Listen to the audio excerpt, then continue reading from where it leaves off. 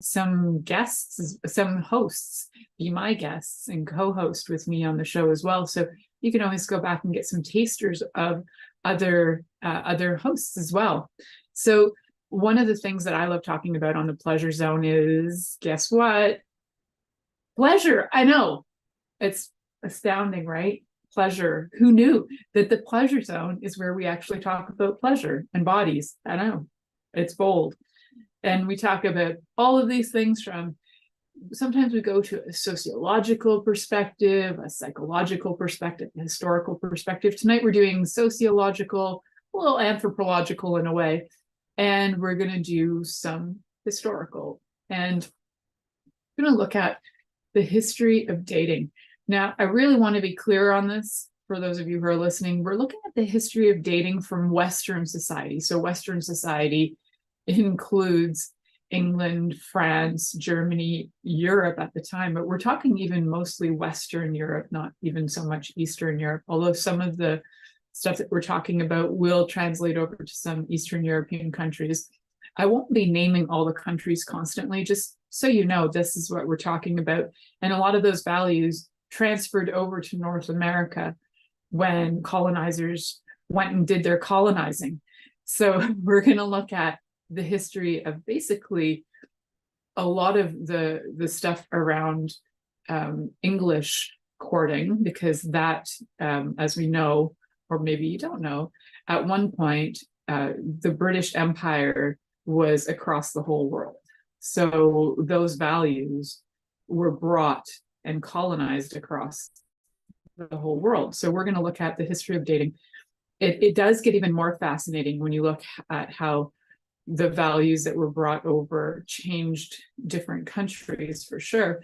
But for now, I'm not going to go into a worldwide spread on how colonization affect dating, although, and sex, and it did, and that was also fascinating.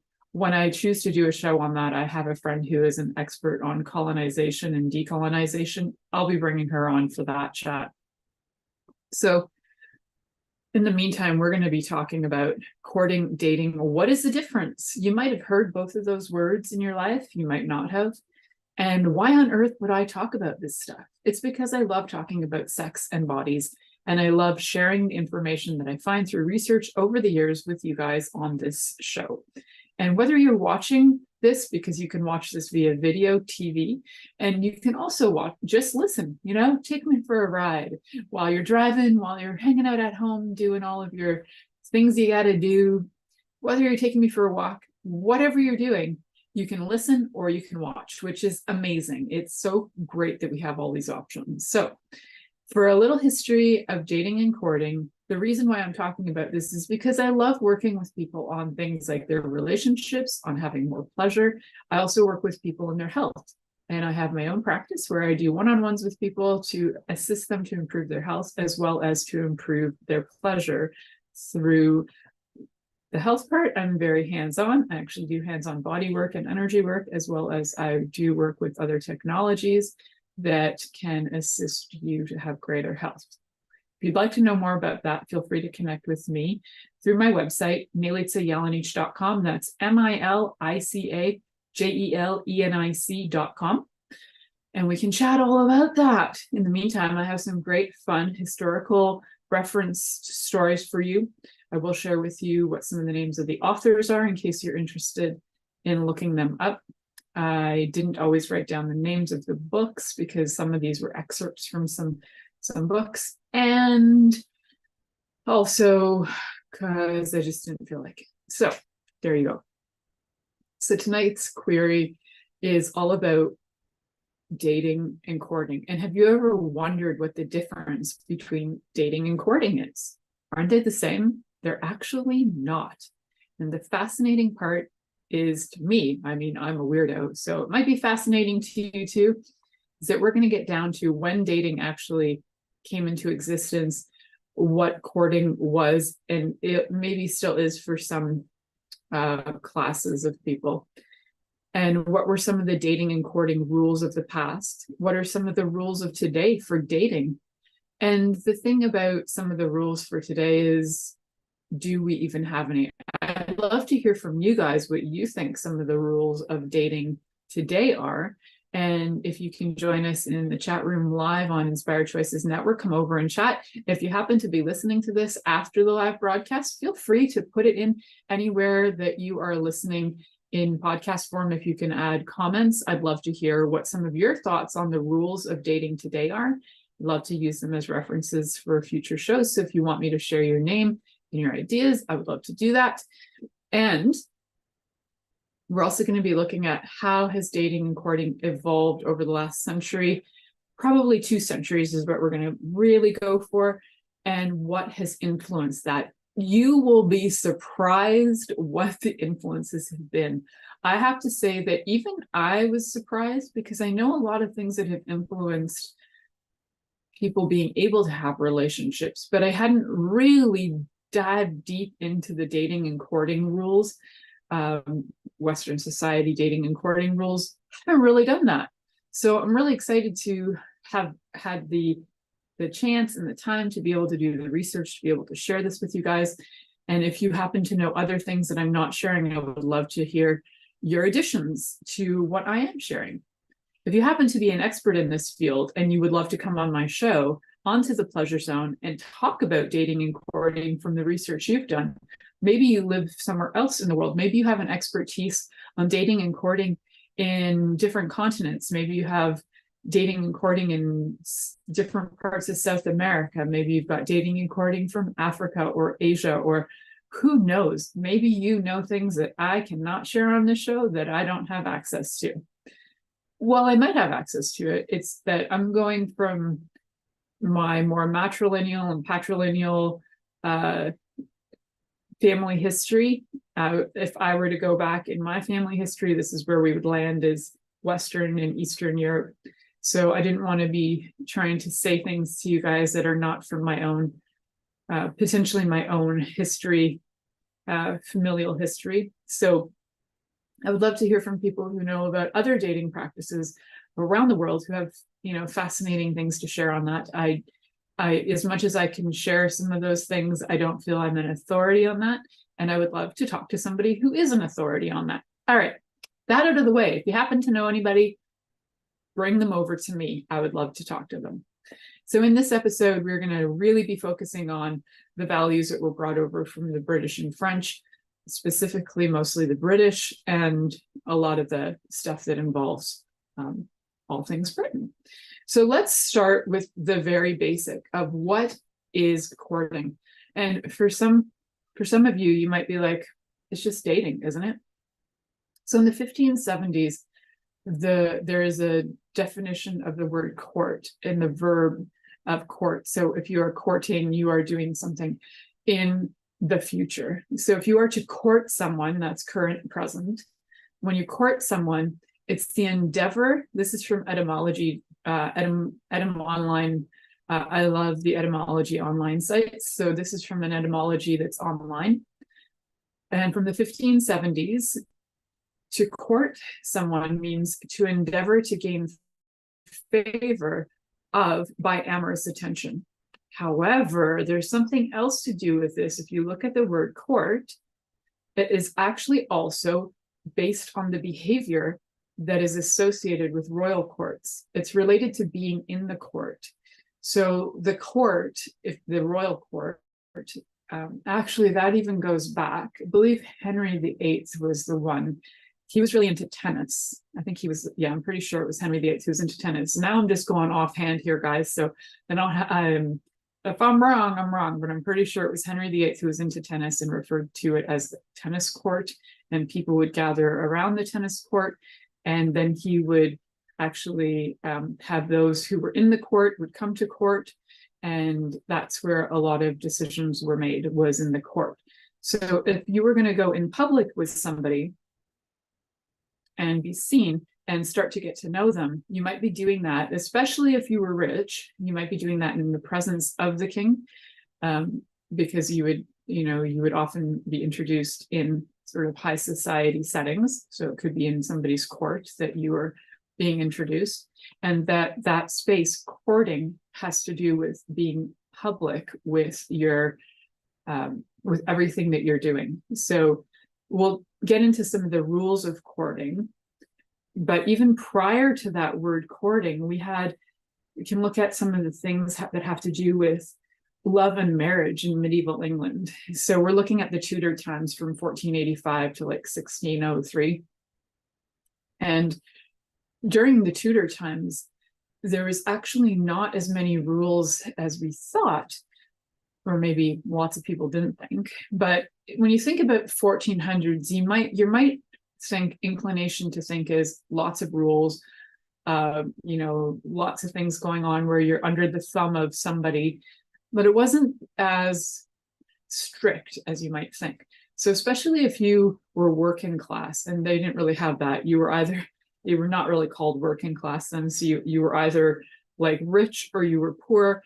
You were either part of all of the aristocracy, or you would be a servant to a lord. So there would be the lords and ladies, and then you'd be all the people who were the servants to the lords and ladies, whether you were the farmers or you were doing other things on their land. So we're talking about those people in medieval England were actually allowed to just generally go out if they wanted to, and one day declare that they're married, and they could actually declare that they're married and then just go off and have sex, and that was okay because they declared it. What they believed at the time. So the church, as much as the church started to get involved in a lot of things in England around the 12th century, 13th century, like 12, 15, 12, 17, something like that, there was more tendency for people to be a lot more relaxed about relationships. So things were a little different in medieval England than we could quite imagine. And people would just say their I do's to each other, and they didn't, and just by saying that, you were married. It was a lot harder to prove that you were married, though, because you didn't have necessarily witnesses, and you didn't need them because you could just get married, and God was the greatest witness. It was more beneficial to actually have somebody there to say, yeah, we saw that. we admit to them being married, that they witnessed it.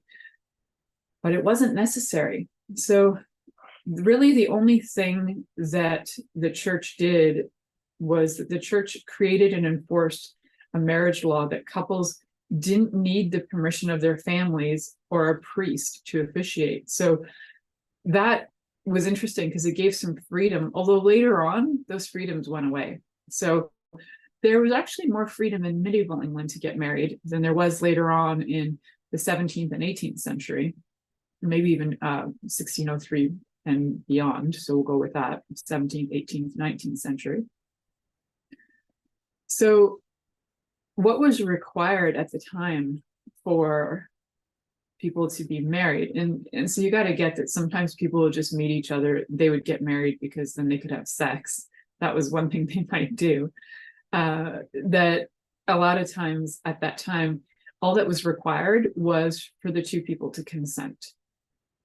And you could consent as long as you had hit puberty. So you were allowed to have sex, you were allowed to get married as long as you had hit puberty. And marriage was the only acceptable place for people to have sex in the medieval period. Would actually just kind of translate it over till about 1960s. We probably won't get that far into history or the past the 1920s probably in this, but we might. So sex in the medieval period was a really great reason to get married. And if that just meant that you and I went off into a field and said, I do, that was it. We could start getting it on. That was all that was required. So you can imagine this might have led to some confusion, I'm sure. However, it happened, and it happened frequently. Sometimes people wouldn't get married in the church at all. In fact, it was really common that people didn't. So looking at this, 1485 to 1603, the Tudor period, Elizabethan period, this is the time of Shakespeare. And you think about Romeo and Juliet, and in their story, they ran off and got married. They got married, from what I remember in the story, in the play, is that they got married in front of a priest. So they had a witness, and they had somebody reading they had somebody doing the ceremony for them. So they got married. married and wedded are different. I know, what? So wed was actually a word that was given to the gifts that you needed to be given. And there were generally three of them, three gifts that needed to be, or binding promises, which were like a ring, a kiss, maybe another ring at the time of marriage, and signing of a contract. There were certain things that needed to be put in place in order for you to be married, but the wed part had to do with gifts, which is different because now people say, I'm going to a wedding. You're actually probably not going to the gift part. You might be. You're probably going to the marriage part where the people sign the contract, but maybe not. Maybe you're just going to the party. And I think we often misname that. And that's cool, whatever. We're in a different era, so it doesn't really matter. All right. I don't even know what just happened to time, but I am heading into the first commercial break. You're listening to The Pleasure Zone here on Inspired Choices Network, and we will be right back after this commercial. Are you secretly a voyeur, wondering what's going on in other people's sex lives? What if now is the time for a totally different sexual evolution? Are you interested in people who are pioneers of different sexual and pleasurable practices? Lean in now with Milica Jelenic, where she will entice you and your body to know your own pleasure zone. On the Pleasure Zone radio show with sensual movement artist Milica Jelenic, you'll receive tools, inspiration, and a foundation to allow yourself to receive more in your sex life, and quite possibly other areas of your life as well. Listen for the Pleasure Zone with Milica every Monday at 8 p.m. Eastern Time, 7 p.m. Central Time, 6 p.m. Mountain Time, and 5 p.m. Pacific Time on InspiredChoicesNetwork.com.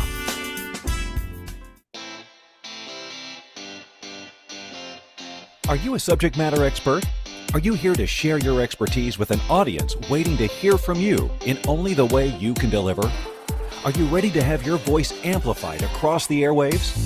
Inspired Choices Network has a global radio platform streaming to millions of people across the world. Professionally produced and supported by an accomplished team every step of the way, you can broadcast from anywhere in the world, knowing your voice matters, and we ensure it is delivered with ease and efficiency. Eager to hear your message, the world awaits. Contact us today to become an Inspired Choices Network radio host. Email become a host at inspiredchoicesnetwork.com. This is The Pleasure Zone with sensual movement artist Milica Jelenic. To participate in the program today, join our live studio audience in our chat room at inspiredchoicesnetwork.com. You can also make the choice to ask or comment by email. info@milicajelenic.com. Now, back to the program. Welcome back, my sweet pleasure seekers. If this is the first show you've listened to that I've done, you can go back and listen to the other 400 and something, 500 and something shows that I've done, where we've talked about all kinds of things that can go from bringing you out of trauma and into pleasure, looking at different methods to do that. And also things like healing, also things like, hey, I have erectile dysfunction. What can I do to give my lover pleasure instead of penetration? I have talked about a lot of stuff on this show. So if you go back and you listen to any of those episodes and you feel like you would really like to have a consultation with me, I offer 15 minutes for free. You just go through my website, milicajelenic.com, and go on the booking link and book a 15-minute chat with me. The quickie. Who doesn't want a quickie? Woo-hoo. All right. So now we're looking at, just before we went to break, we were looking at a little bit of the history, the medieval history, Tudor times history of England and dating from then.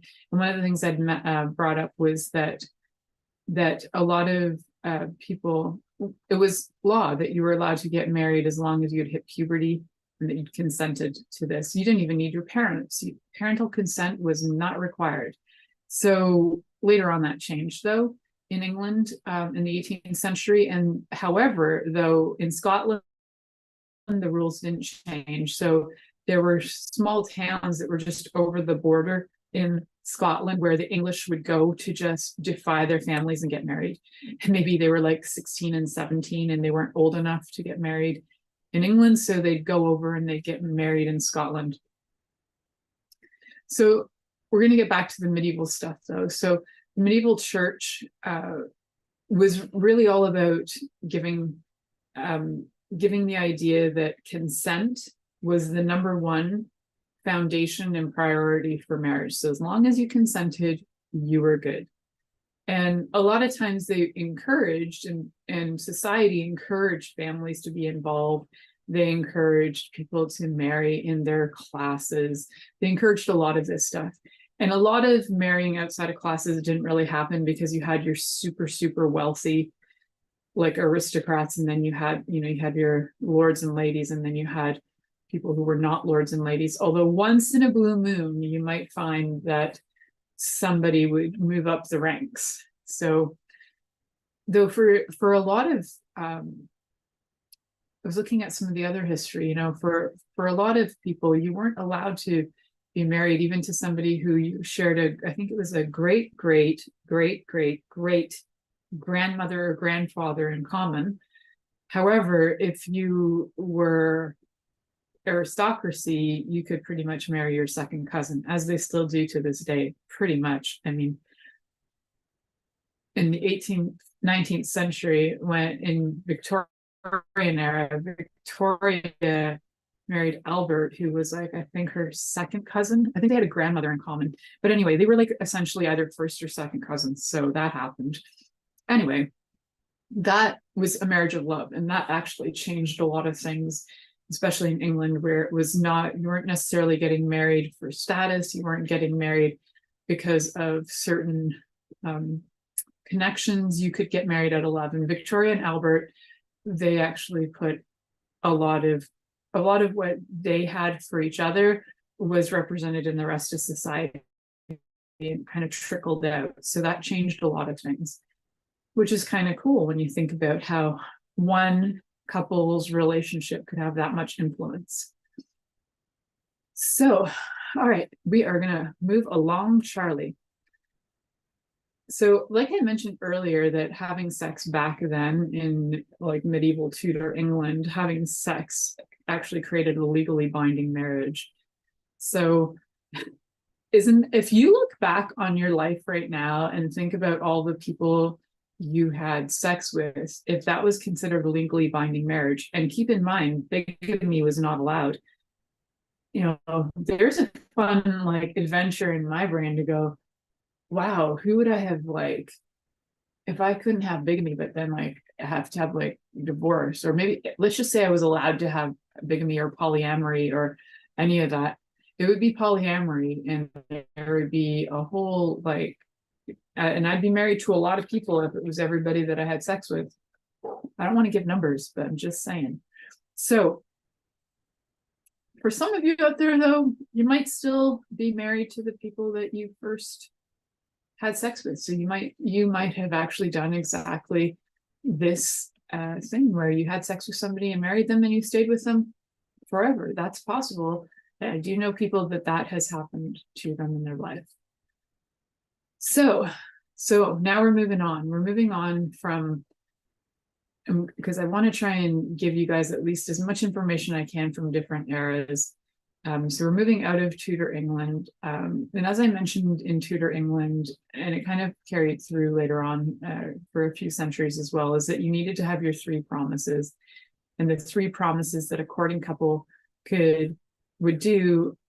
would be that they would have to give each other some gifts like coins or rings, and do practical things, and also things like it could even be practical things like slippers or purses or whatever, but the gifts were part of the promises, and these things were really helpful in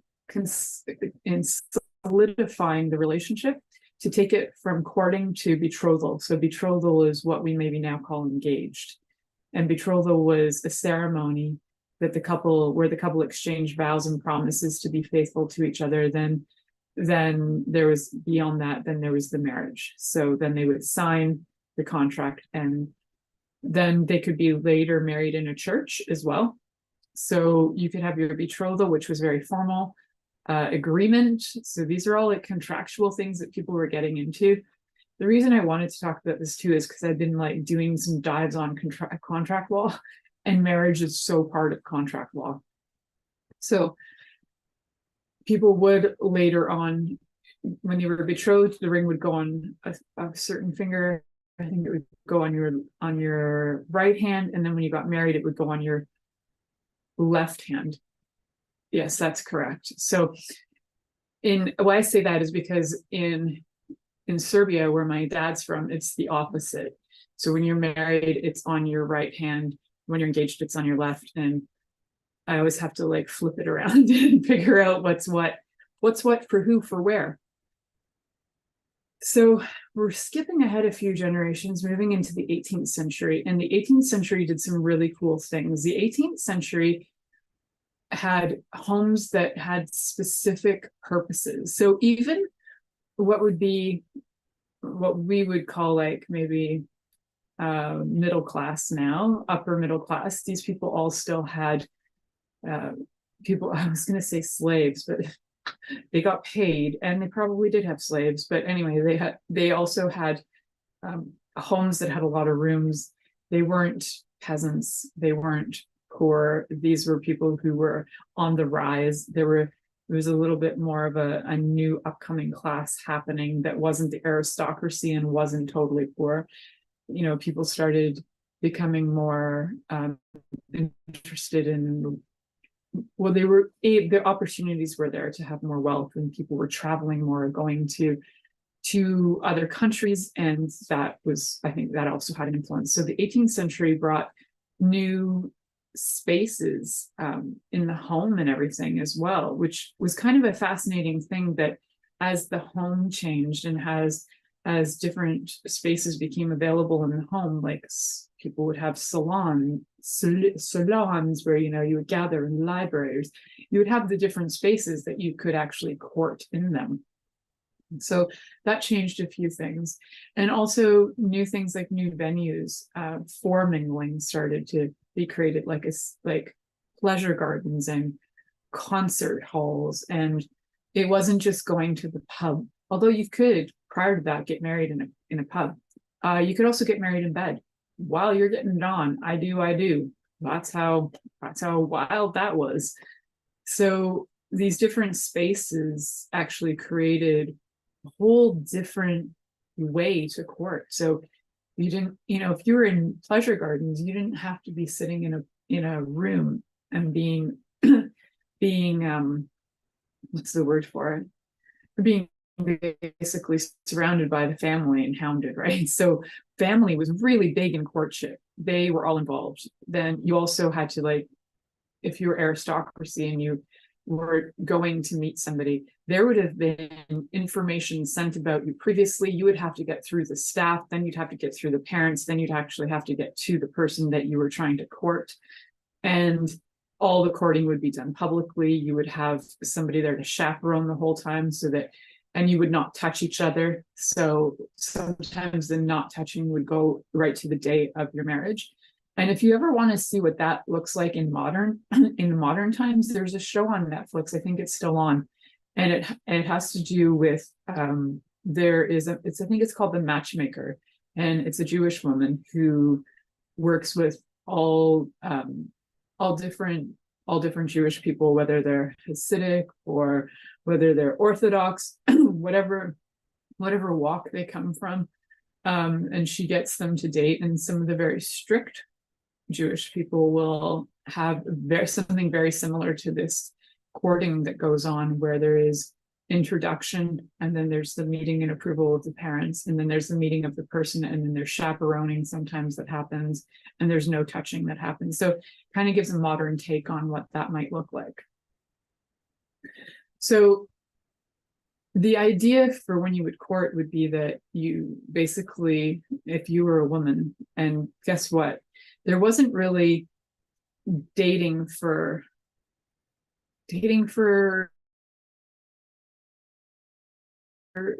women, or dating for men, but they were absolutely allowed to write romantic letters to each other. And in fact, it was encouraged. There was a name for it that I can't remember right now, but the romantic letters were really common and encouraged. And some discovery, if you've listened to any of my shows on the history of sex, there was like some discovery of each other that could go on. If it was like between women or between men, there could be some curiosity, but you were encouraged to get married. So you could play with these people, but you couldn't marry them. Except there was one way that men could have the civil union with each other, and it was called matelotage. And matelotage is the union of pirates. So it was an agreement among pairs of the European sailors, in particular buccaneers, in the 17th and early 18th century, that it was more of an economic partnership. So métis, the word métis comes from matelots, matelotage. Métis would agree to share their incomes and inherit their partner's property in case of their death. So my kid told me about that actually as we were watching this show called Our Flag Means Death. And then Ziva went off and researched whether the pirates could get married. And in fact, they could. And it is still part of the Uniform Commercial Code to this day. So if there's a part of the world that you live in and gay marriage is not allowed and you're a man and you want to get married, get yourself on a boat, become a pirate, engage in matelotage. That is an option. All right, we're going to head off to our next commercial break. You're listening to The Pleasure Zone here on Inspired Choices Network. And when we come back, we're going to talk about some things that went on in the 18th century and beyond. Are you secretly a voyeur, wondering what's going on in other people's sex lives? What if now is the time for a totally different sexual evolution? Are you interested in people who are pioneers of different sexual and pleasurable practices? Lean in now with Milica Jelenic, where she will entice you and your body to know your own pleasure zone. On the Pleasure Zone radio show with sensual movement artist Milica Jelenic, you'll receive tools, inspiration, and a foundation to allow yourself to receive more in your sex life, and quite possibly other areas of your life as well. Listen for The Pleasure Zone with Milica every Monday at 8 p.m. Eastern Time, 7 p.m. Central Time, 6 p.m. Mountain Time, and 5 p.m. Pacific Time on InspiredChoicesNetwork.com.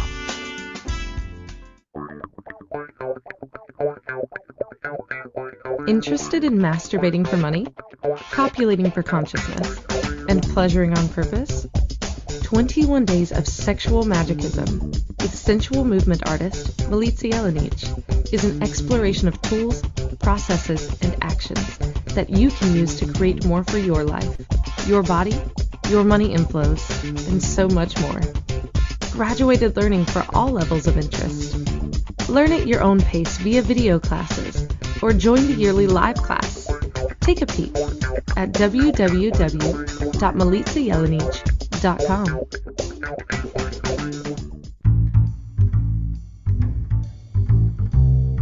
How wonderful would it be to carry your favorite Inspired Choices Network host with you throughout your day? Well, now you can. Inspired Choices Network now has its very own mobile app. Our free app offers live streaming shows, along with thousands of podcasts and TV episodes. Our shows cover a wide variety of topics.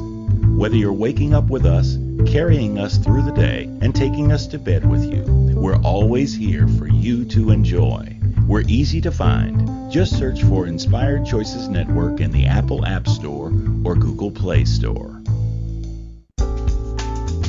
This is The Pleasure Zone with sensual movement artist Milica Jelenic. To participate in the program today, join our live studio audience in our chat room at InspiredChoicesNetwork.com. You can also make the choice to ask or comment by email, info@milicajelenic.com. Now, back to the program. Welcome back, my sweet pleasure seekers. Just before break, I had mentioned one of the history facts about matelotage that I love. It's one of my favorite history facts about gay marriage. And it is where, if you didn't listen to that part, it is all about where if you were a buccaneer and you had some stuff like your coinage and your cash and your, all the things that you stole and you didn't want it to just go to waste, you could leave it to your métis, which you would get through something called matelotage. So I love that fact of history, because when people are like, nah, they get all bent out of shape and twisted and their penises get in a knot around gay marriage. I love the fact that it goes way back several hundred years, and there's no denying it. All right. So next, we are going to talk a little bit about something else fun that the 17th century brought us that actually changed courting as well. So nowadays we have, apps like Tinder and I don't use these apps, so I can't think of them, but I'm going to go with Tinder and Grindr and all the ones that pop up in my head at first. So these things all exist as ways to meet people that you otherwise wouldn't meet. Now, back in the day, we had variations of that. I mean, back in my day, we had variations called the want ads, and you could place a want ad in a newspaper and be like, single white female seeking 3 single white females and 2 single men. And I don't know why we always put that color in there, but anyway, people would do that. And then you could create your own orgy just by request if you wanted to. And that could go in newspapers back then. And there were people who did, there were matchmakers. There are still matchmakers out there.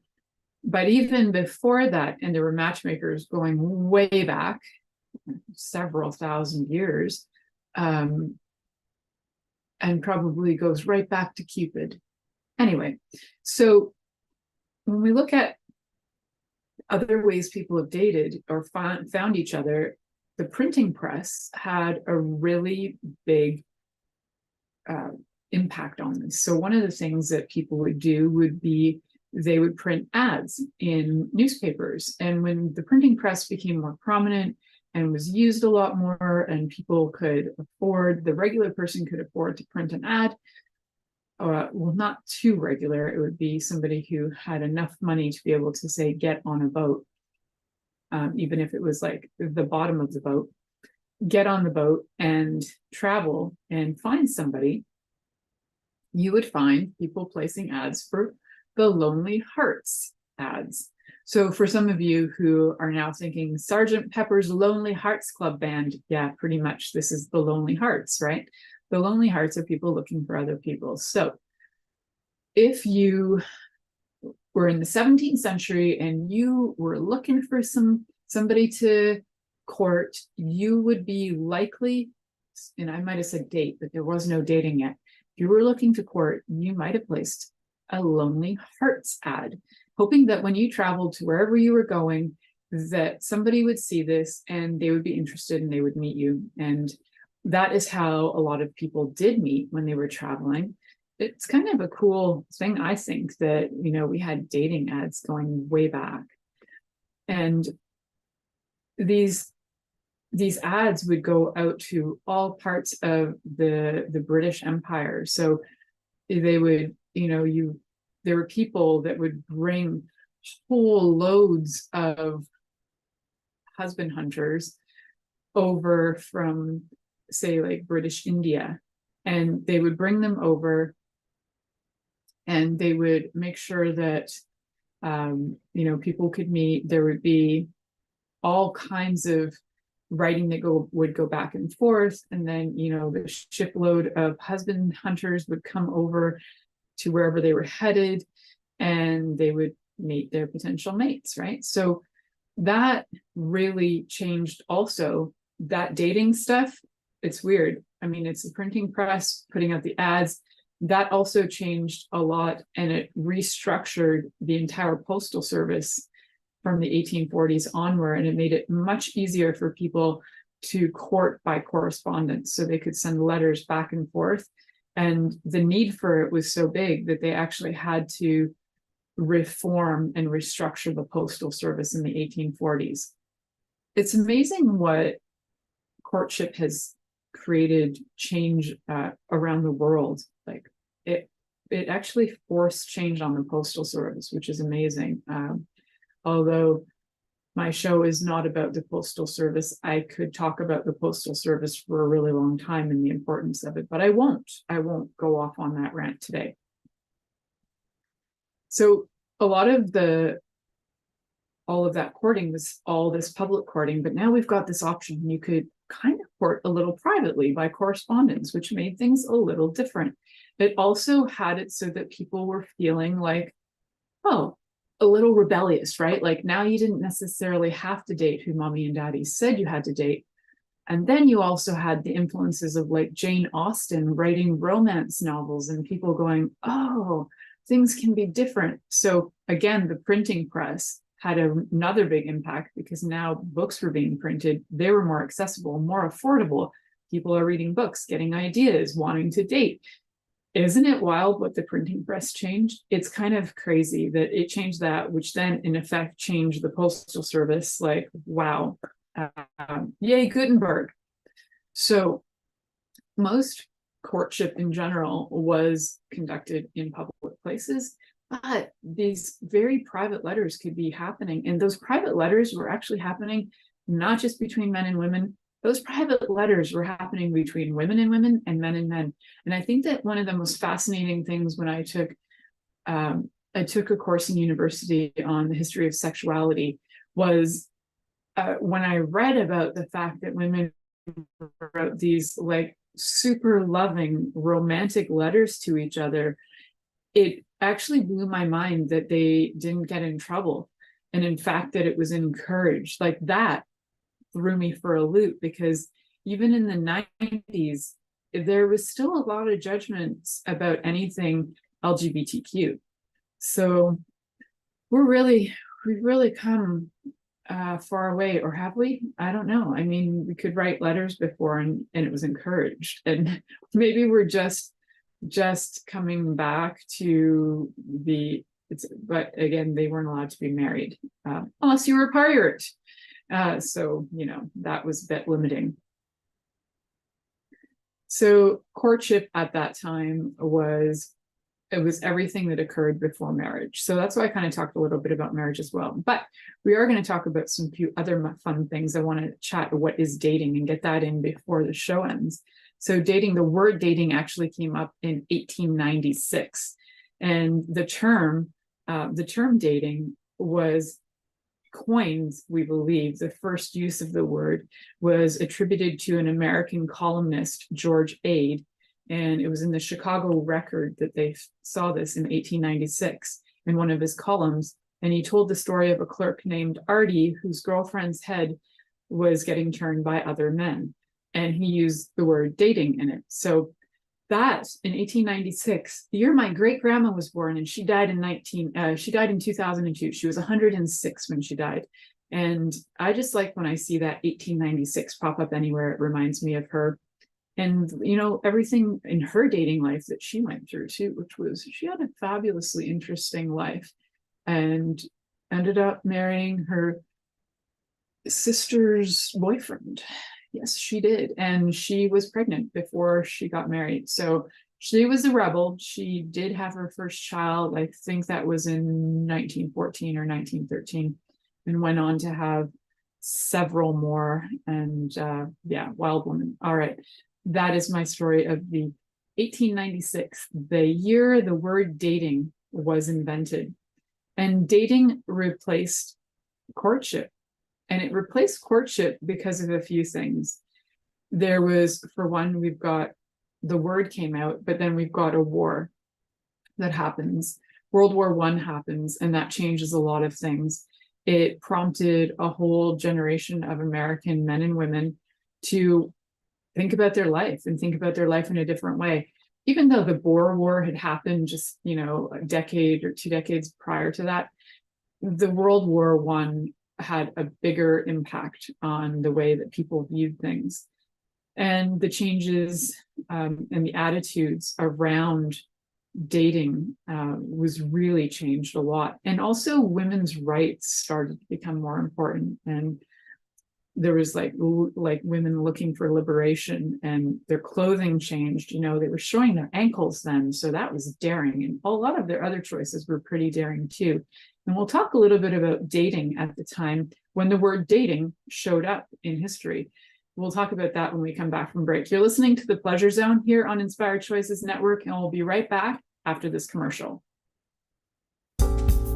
Are you secretly a voyeur, wondering what's going on in other people's sex lives? What if now is the time for a totally different sexual evolution? Are you interested in people who are pioneers of different sexual and pleasurable practices? Lean in now with Milica Jelenic, where she will entice you and your body to know your own pleasure zone. On the Pleasure Zone radio show with sensual movement artist Milica Jelenic, you'll receive tools, inspiration, and a foundation to allow yourself to receive more in your sex life, and quite possibly other areas of your life as well. Listen for the Pleasure Zone with Milica every Monday at 8 p.m. Eastern Time, 7 p.m. Central Time, 6 p.m. Mountain Time, and 5 p.m. Pacific Time on InspiredChoicesNetwork.com. This is the Pleasure Zone with sensual movement artist Milica Jelenic. To participate in the program today, join our live studio audience in our chat room at InspiredChoicesNetwork.com. You could also make the choice to ask or comment by email, info@MilicaJelenic.com. Now, back to the program. Welcome back, my sweet pleasure seekers. We are talking about the history of courtship and dating, and we are talking about dating. And just before break, I had mentioned that the word dating itself was probably first written and read in 1896 and became more common during the Prohibition just after World War I, where we had a generation of young Americans who were looking to change their lives, and especially young American women who started to realize that all the restrictions that had been placed on them by Victorian values, that was changing a lot. Already at this point, some of the values had changed even from Edwardian era, and they're moving into a whole different look on life. They're looking at things in a different way. The clothing is changing. So as their clothing becomes less restrictive, their attitudes towards life in general become less restrictive. It's kind of an interesting thing to look at. I love watching the different history shows on clothing. Bernadette Banner is one of my favorites. And it's a trend that I've noticed, that the less restrictive the clothing in general, it's a reflection of society. It's also a reflection of people's attitudes.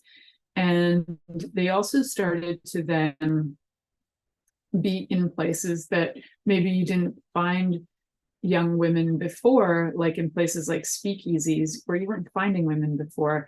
They were more at home. They were in positions and roles. It also would have only happened maybe if they were prostitutes, that they would actually be in these places prior to that. And now women are just going out to have some fun. They're not allowing certain values to restrict them. And also at the time, there were two constitutional amendments following the war that played important roles in this as well. And one of the first ones was the 18th Amendment, which had prohibited the making, transporting, and selling of alcoholic beverages. So now all of a sudden, there is a change in things. So people are now becoming a little bit more, with prohibition. I had family who were rum runners back in the day. And so I think about them when I think about prohibition. But what it did was put people underground. And so you could go to clubs that, the clubs were already restricted, so you weren't going to, you weren't even supposed to know they existed. So women going into them wasn't as bad as women going into, say, an all boys club in the 1890s. This was different. And then women also had the right to vote, and that created some difference too. So now they're making choices for themselves, and that means that they can choose to love and choose to date who they want to date. And then also with the change of getting different careers, the career started to shift a lot. They could be doing so many more things in the early 1900s, 1920s onward, that they were not doing at all historically before this. And their clothing also had to change for that as well, which is kind of an interesting thing, because then, your body gets a little bit more accessible. You don't have 35 different layers to unravel and like corsets to undo to have, get it on and have somebody access your body. A lot of those restrictive things that prevented people from accessing your body also were very reflective at the time of what was going on in the courting world. So now women are being empowered. They're going to underground clubs. They're going to drink alcohol publicly. they're hanging out with more than one man at a time, and maybe women too. There were a lot of speakeasies that were very openly LGBTQ, especially in Berlin at this time. There was a lot of like open sexuality happening. And all these different things were very welcoming. And so women could go and they didn't have to be chaperoned for like one of the very first times in centuries. They didn't have to be chaperoned.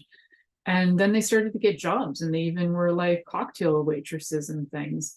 So their lives and dating changed forever, essentially, because a few things. We have the printing press that changed a lot of dating, from courtship to almost a style of dating. And then that further increased because people started to desire love. And then we had these amendments in the US that created a change as well. And the war and people's desire to just live life and not be so repressed. And having the right to vote also would have changed that, because now you also have the right to choose. So it's amazing how even in 200 years, since 1823 to now, the difference that we've had, because between 1485 and around the 1700s, not a lot had changed in 300 or 400 years. And then we start to have a shift, and that shift starts to come in right around the printing press, which is all fascinating to me. You know, prior to 1485, and people are just randomly getting married, there was still that marriage thing happening. There was still, you know, an idea that you needed to be locked in with somebody for life. So now, as things started to get a little bit more relaxed, even into the 1920s onwards, you're starting to see unmarried people having sex. You're starting to see that grow and grow. You know, you get the sexual revolution of the 1960s, and you start to notice that there's a shift, you know. So anybody who had grown up in the 1870s and probably lived to the 1940s would have seen a massive change in all of the things to do with, I can't even imagine the changes they saw having to do with dating and everything. Even my great grandmother and the difference from what she did for dating to what I did. I mean, hell, she got pregnant and got married very young. She was like 17. So yeah, she was in a different time. So now we've got more people making choices, and we still have it. It's still happening to this day, more and more choice. And now we've got all these things that are opening our worlds up to have even more choice. I'm curious, for those of you listening, who among you would love to go back to the old courting ways? Have people introduce you, have some formal dating, get to know each other. Who's into that? You know, if you're listening on somewhere that you can write comments like hashtag Victorian era, hashtag the past, whatever you want to write. I'd love to hear your comments. If you're all about dating nowadays and you think this is way better, hashtag the now. I would love to hear your take and what you feel about that, and where you think we can improve even nowadays for dating and some etiquette. So until next week, stay tuned. Thank you for listening to The Pleasure Zone with sensual movement artist Milica Jelenic. The Pleasure Zone returns next Monday at 8 p.m. Eastern, 7 p.m. Central, 6 p.m. Mountain, and 5 p.m. Pacific on InspiredChoicesNetwork.com. We hope you'll join us. Until then, have the best week of your life by choosing to be turned on and tuned